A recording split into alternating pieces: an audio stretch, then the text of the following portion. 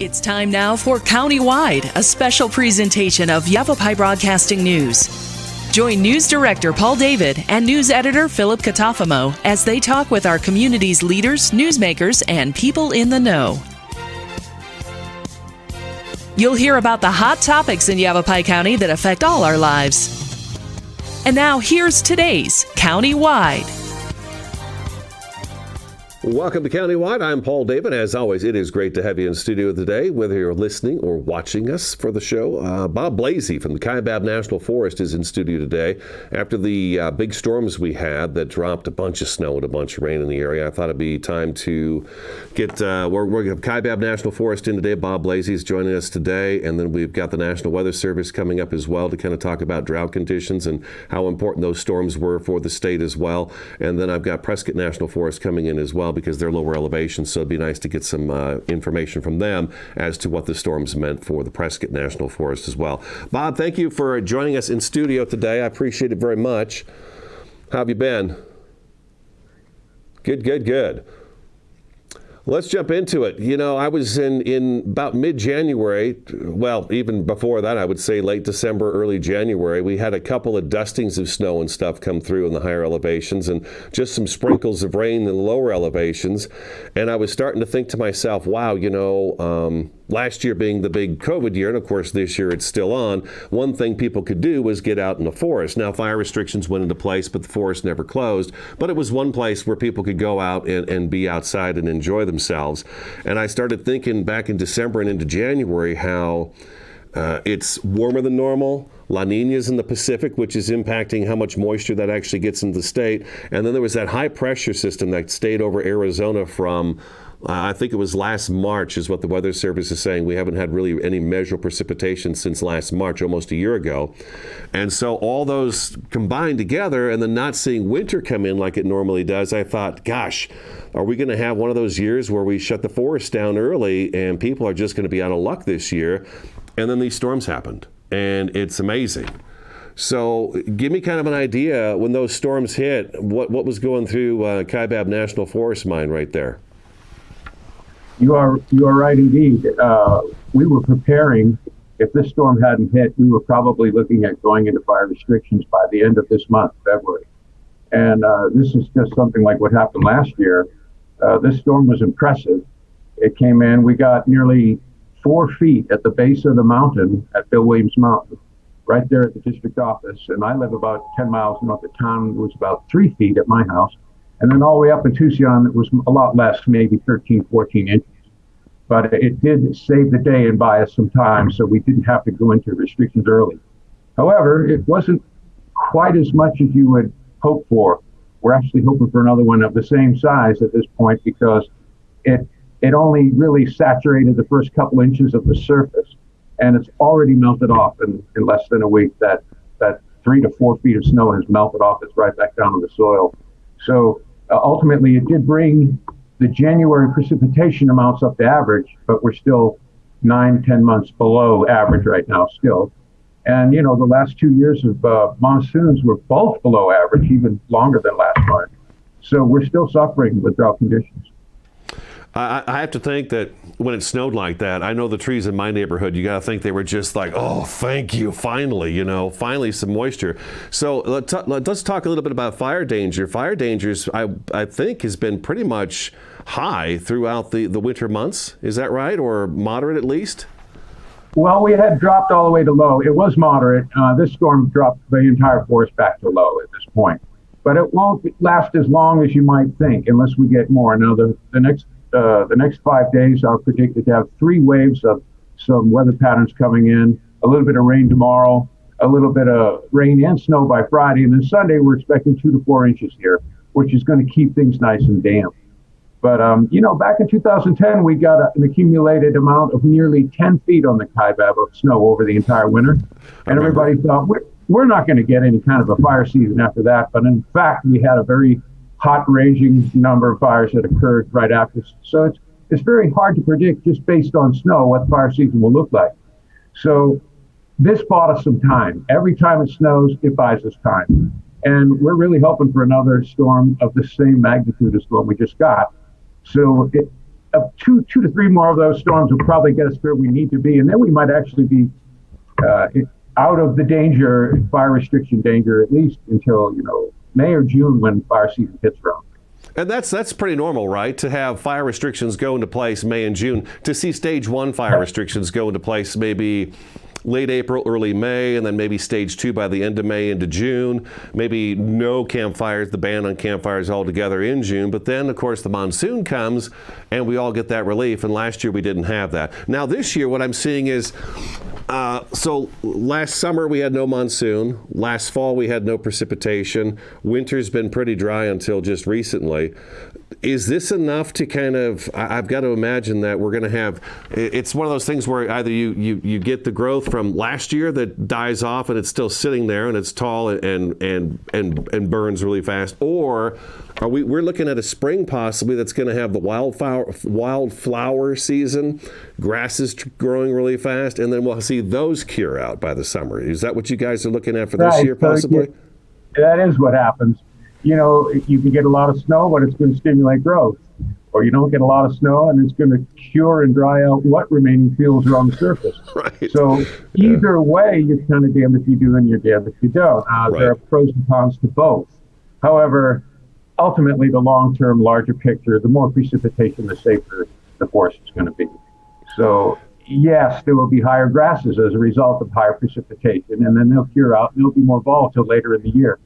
And so, but we prepare for that, when we mobilize resources all over where they're going to be needed for that when that occurs. So yeah, there's never really, we'd still like to be able to tell you this is going to be a tough fire season, or it's going to be easier than it was last year, but there's just no way to tell until it arrives. And the one thing we've all learned, in the fire business here is don't try to predict it too far in advance, because you can be wrong as easy as you're right. Yeah, things change here really fast. I've gotten used to that in Arizona especially. Things change very quickly.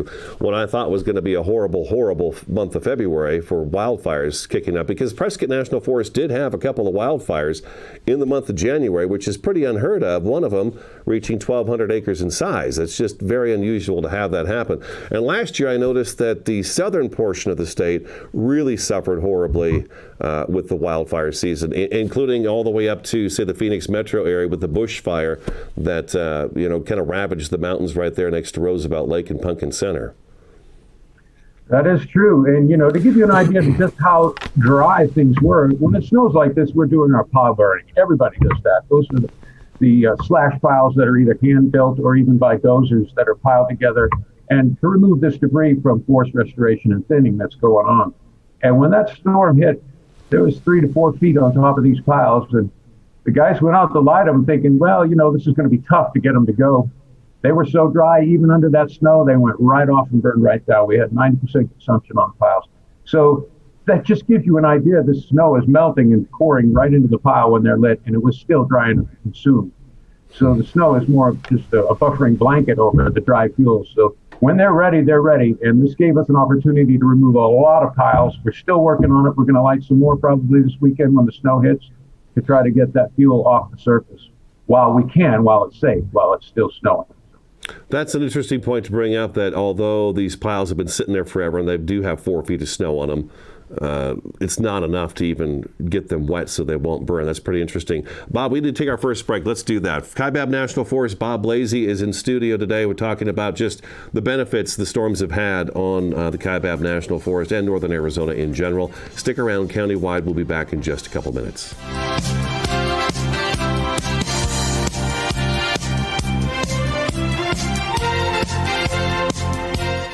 Two things we can count on every year: a new set of tax rules and great weather here in northern Arizona. Jackson Hewitt Tax Service, locally owned and operated by Lewis Rice since 1997, is here for you all year long. Your neighborhood Jackson Hewitt Tax Office will help you in all of your taxing situations. Electronic filing is always free with your tax preparation at Jackson Hewitt Tax Service. Get more in return. Call 1-800-234-1040 for an office near you.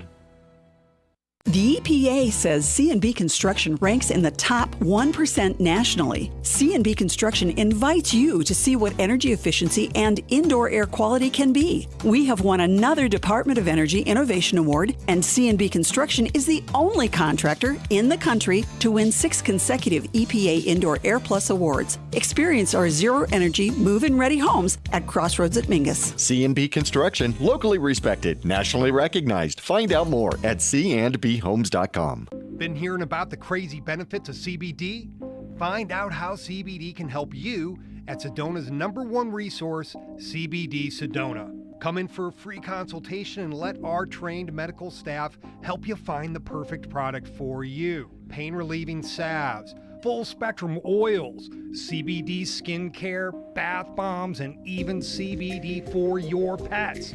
Come on by CBD Sedona today. Terrifying jobs, high-flying linemen, take 3. Josh, this is an absolutely terrifying job. Why do you do it? It's a very demanding job, but very rewarding and exciting. How much energy are you actually working with up there? 500,000 volts of electricity. It's definitely not my line of work. Does anything shock you? Yeah, distracted drivers terrify me.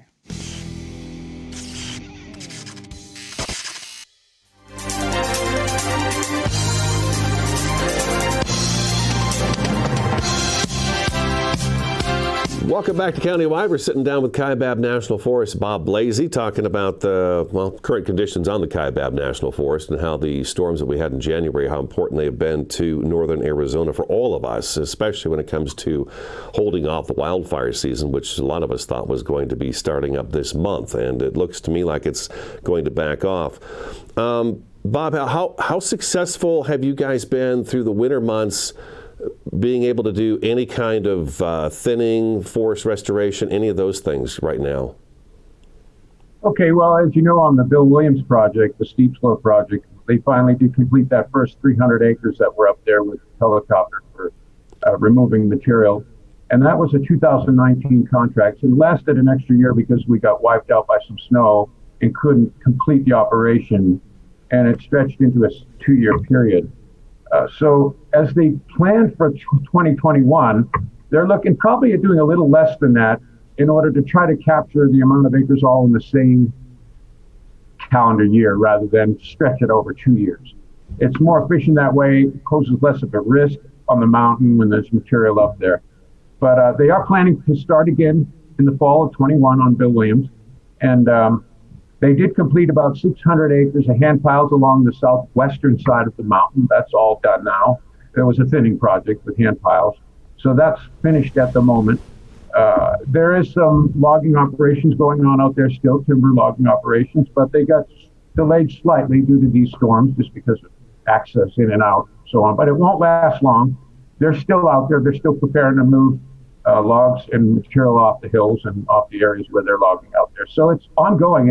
It never really stops throughout the year. It's ongoing. Just a couple of short delays while snow hits the surface, and they can try to move it out. A lot of the loggers are moving snow off the roads, their access on their own out there, so they can continue to work. But it's ongoing all year round. Something else that we had in the news, so Bill Williams Mountain is doing quite well, so there's still some more steep slope terrain to be doing, so they'll still see helicopters out there in Williams working on that this, like you said, the next fall. Okay, and then work around it in general for the watershed project out there will continue. Let me ask you this. We had we received word, it was last week or the week before, about a lumber mill being established in an old building in the Belmont area, and instead of timber, I think right now timber either goes over towards Sholo Greer or down into the Phoenix area for use. Okay. And now there's going to be something in Belmont. So what does that mean for forest restoration in northern Arizona?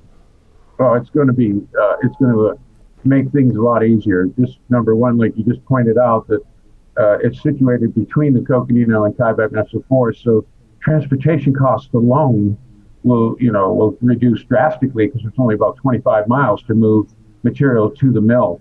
The mill is a much larger facility than what they proposed to do closer to Williams earlier in the year, but they have a very large facility and they have a lot of hopes the challenge for the mills, and they've been all along, is the marketing for the material, because if they, the material is relatively low grade fiber, smaller logs, and there's not a lot of market for it. And for the success of Fry to be positive, they've got to have an offset to the cost of materials. So the challenge is reducing the costs to offset so that they can sell material, because right now, it's still the biggest challenge is finding people who want to buy this material. So a lot of the things I know about the mill coming in, it's called the Wildfire mill, and it's a New Life Forest Products mill. And so this is the company that has the largest contract with the Fry restoration right now, and they're a little behind schedule on it, but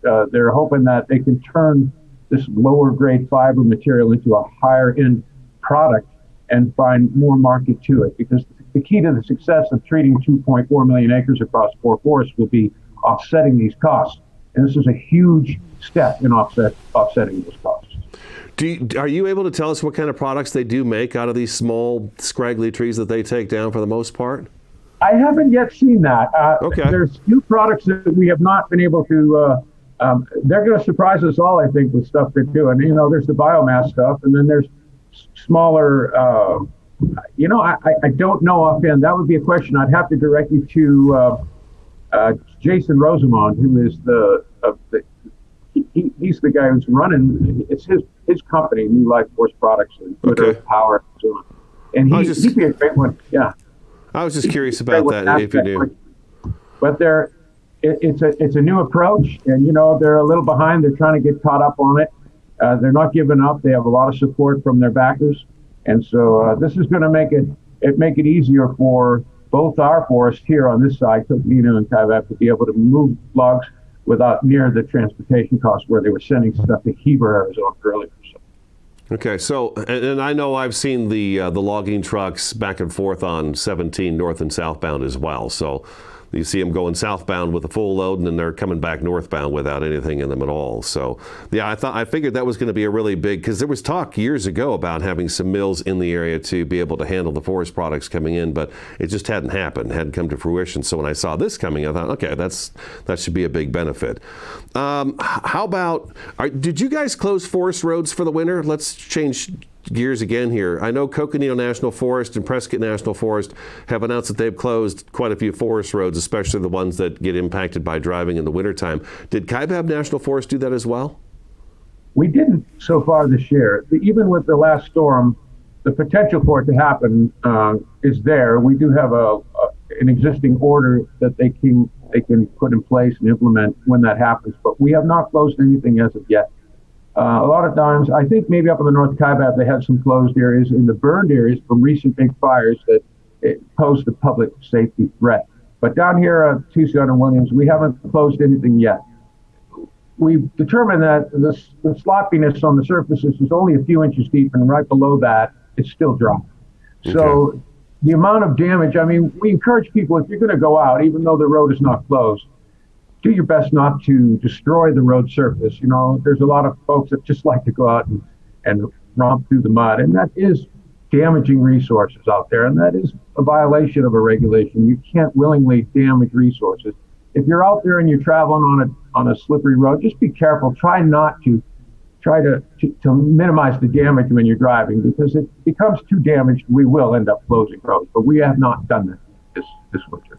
Okay, all right. Bob Blasi in studio with us today. He's with the Kaibab National Forest. We're going to take our second break for just a couple minutes, and then Countywide will be back.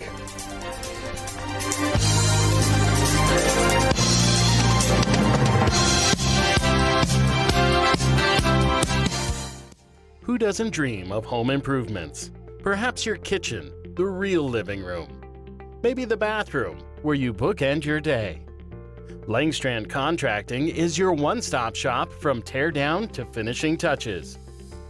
With 35 years of experience, Chris and his team will work with you to match your family's style and budget. Call Langstrand Contracting today for guidance in bringing your vision to life. Award-winning Soundbites Grill is an entertainment restaurant located in Uptown Sedona at the Hyatt Pinion Point Resort. Open for lunch and dinner, featuring fresh fish, all-natural hand-cut beef, even a full vegan menu. Family friendly, open 11:30 to 9. Late dining on Friday and Saturday. Soundbites Grill has some of the best views of the Sedona Red Rocks. Offers world-class entertainment, food, fun, and music. Hi, this is Greg at Verde Solar Power. You know, Arizona has lots of clean, renewable sunshine, and we want to help you take advantage of it with our quality solar installations, and we offer to beat any written offer on a residential solar electric system. So bring us your electric bill and let us show you how solar power will save you money. We're located conveniently here in the Verde Valley and are dedicated to helping the valley go solar. So remember, the energy solution comes up every morning. Starting in the late 1920s, Grandpa Gettle and his brothers laid the groundwork for what would become a family legacy. Almost 100 years and 100 patents later, Gettle's High Desert Mechanical continues to raise the bar of quality heating, cooling, and plumbing products and services in the Verde Valley. Call Gettle's High Desert Mechanical Heating, Air Conditioning, and Plumbing at 567-2200 or online at GettlesHDM.com, providing solutions for your comfort. Don't settle, get Gettles.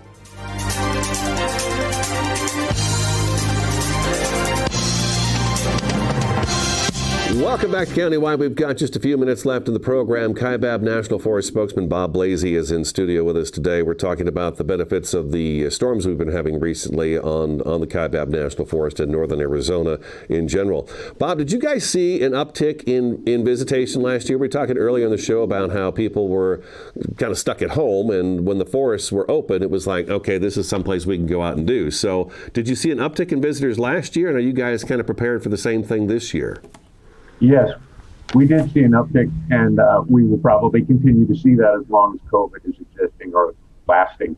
The recreation group in our agency was maxed out with trying to manage increased numbers of folks that were using the forest. But overall, the majority of people were responsible. We didn't really get a whole lot of negative effects by it, but we're having to be a little more proactive about education for people out in the woods, being careful and take extra blankets and food and water, and don't get yourself stuck, and don't follow your GPS into the wrong direction. Know where you are, leave criteria and information for people behind so you don't get stuck out there.